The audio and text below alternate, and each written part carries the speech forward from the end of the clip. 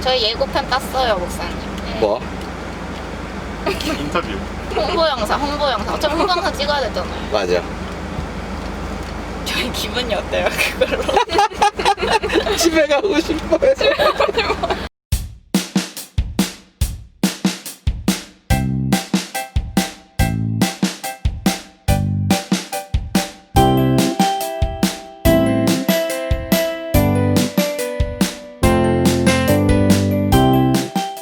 갑니다.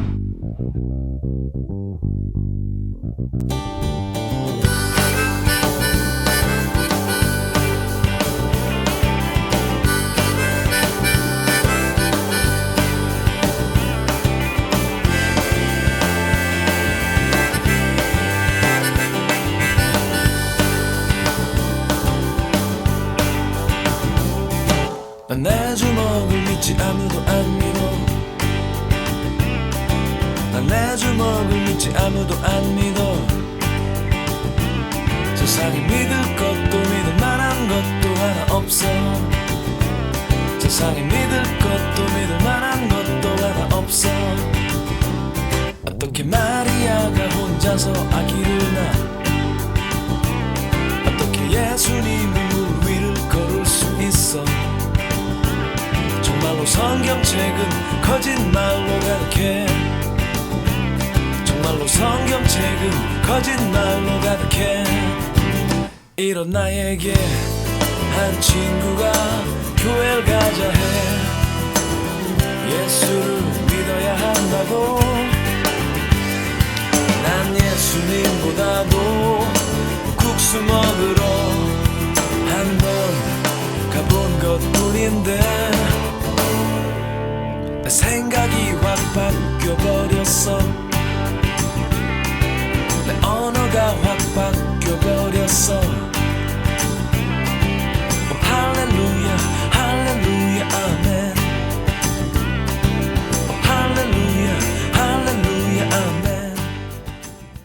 여기가 저희가 강화 교산교회에서 두 번째로 살펴보는 포인트인데, 저기 가운데 보이는 저 이제 나무가 많은 저기가 다리목 마을, 그리고 여기 뒤편에 저기 철망 너머로 보이는 데가 바다, 그리고 다리목 마을 너머에 이승환이 어머니가 살고 있는 집이 있었던 거예요. 그러니까 여기서 그 선교사를 데리고 이 마을을 건너야지만 어머니한테 세례를 줄 수 있었는데, 저 마을에 이제 터줏대감, 저 마을에 이장 같은 사람이 못 넘어가게 하니까 이제 그 선교사가 마지막으로 얘기를 했던 게, 그러면 어머니 모시고 와라 라고 해서 밤에 어머니를 모시고 가는데, 기록에 뭐라고 남아 있냐면, 여기가 서해라서 갯벌이잖아요. 그러니까 그 갯벌을 어머니를 업고 그 갯벌을 지나서 배에 타고, 그날이 이제 보름달이 뜬 밤이어서 세례를 받을 수 있었다라고 얘기를 하더라고요.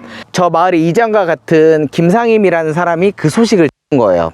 결국 그 사람들이 내가 못 지나가게 했더니 어머니를 모시고 가서 배에서 세례를 받았다는 얘기를 듣고, 도대체 어떤 사람이길래 이렇게까지 했을까라는 궁금증이 있어서 그 존스 선교사를 만나기로 했대요. 그때 존스 선교사가 우리나라 옷으로 두루마기 같은 걸 입고 약간 형님을 대우하듯이 되게 예의 있게 그 김상임이라는 사람을 만났고, 그걸로 인해서 호감을 가지게 되고 마음의 문을 열고 자주 만나게 됐는데, 그러면서 이제 이 마을이 기독교를 믿으면서 조금씩 변화되는 모습을 봤다라고 기록을 했더라고요. 그래서 김상임이 거기서 마음을 열고 세례를 받게 되는데, 그 세례를 받고 나서 자기의 재산으로 12칸짜리 집을 하나를 지어서 그걸 이제 교회로 기증을 한 거예요.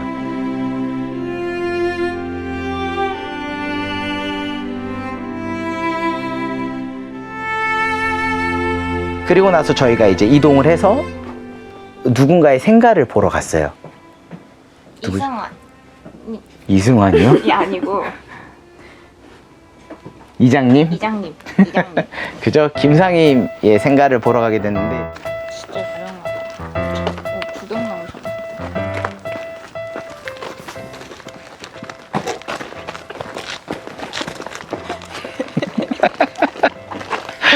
개구리 한 마리가 있는 줄 알았어요.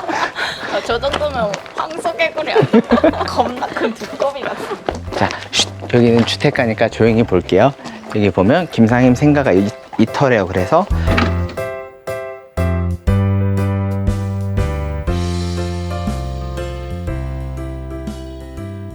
이승환의 어머니를 통해서 첫 번째 씨앗이 뿌려지긴 했지만 이 김상임이라는 사람을 통해서 처음에는 반대자였지만 하나님이 이 사람을 통해서 양반이 이장과 같은 양반이 믿으니까 그 밑에 있는 마을 사람들도 다 믿게 되고 이 사람이 솔선수범해서 15칸짜리 집을 내어놓았을 때 그곳이 예배처소가 되고 거기에 사람들이 모여들기 시작하면서 강화도의 복음이 퍼지기 시작했다는 거 그걸 기억해주면 좋을 것 같고요.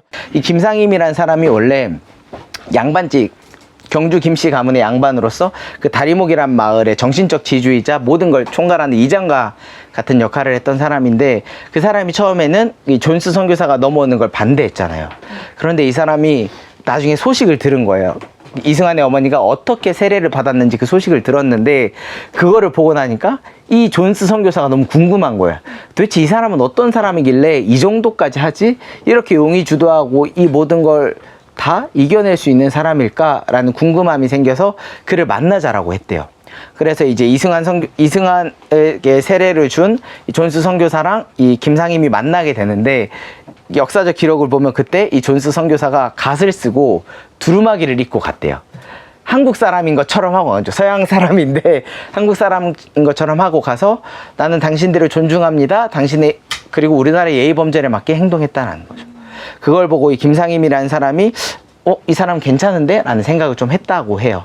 그래서 여러 가지 이야기를 하게 되었고 마지막으로 이 존스 선교사가 떠나면서 한문 성경을 주고 가고 그 성경을 보면서 이 김상임이라는 사람이 마음의 문을 열게 되고 존스 선교사랑 계속해서 만남을 가지게 되고 그러면서 이제 그 다리목이라는 곳 시루뮤이 마을이라고 하는 그 주변의 마을들이 조금씩 변화되는 모습이 나타나게 된 거죠.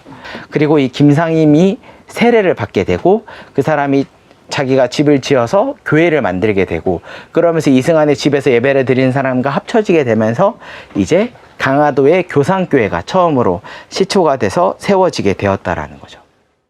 자, 여기 보시면 여기 15칸 기역자 초가 예배터.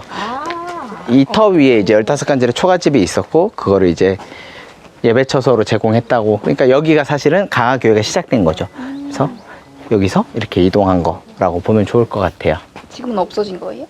지금은 교상교회가 저기 있죠. 이게 교상교회의 시초인 거죠. 그냥 집터로 만든. 혹시 주변에 교회 다니는 거에 대해서 되게 많이 비난하거나 놀리거나 비아냥거리는 사람들 없어요? 고등학교 때 네. 좀 비아냥이라보다는 선생님도 그렇고 공부할 시간 넣는데 그걸 왜 가냐, 교회를 왜 가냐, 아니면 뭐 친구들 중에도 굳이 거기를 가서 얻는 게 뭐냐고 이런 식으로 그냥 핀잔을 주는 사람들이 있었어요. 그죠. 그런 사람들도 있죠. 지금 우리 고등학생 친구들도 우리 제이틴 친구들도 그런 사람들을 많이 만날 것 같은데 그런 기독교에 대해서 막연한 부정적인 감정을 가지고 비난하려고 하는 사람들, 우리를 인정하지 않으려는 사람들에게는 말로써 뭔가를 하는 게 참 힘든 것 같아요. 그런 면에서 이 김상임과 같은 모습들이 우리에게 필요한 것 같아요. 그건 바로 100마디 말보다 한 번의 행동으로 보여주는 것. 때론 내가 손해보더라도 양보하는 것. 그 어떠한 상황 가운데서도 내가 한번 내뱉은 말은 끝까지 지켜내는 것. 우리들이 그런 모습들을 보여갈 때 그제서야 비로소 그들이 우리를 바라보기 시작하는 거예요. 그런데 그거는 우리를 바라보는 게 아니라 우리의 뒤에 서 계신 하나님을 바라보는 거예요. 우리들이 그러한 삶을 살아갈 수 있고 우리 선생님들도 특히 우리 제이틴 친구들도 자기에게 주어진 삶의 자리에서 그러한 모습들을 통하여서 하나님을 드러내는 삶을 살아갈 수 있는 그런 우리들이 되면 참 좋을 것 같습니다.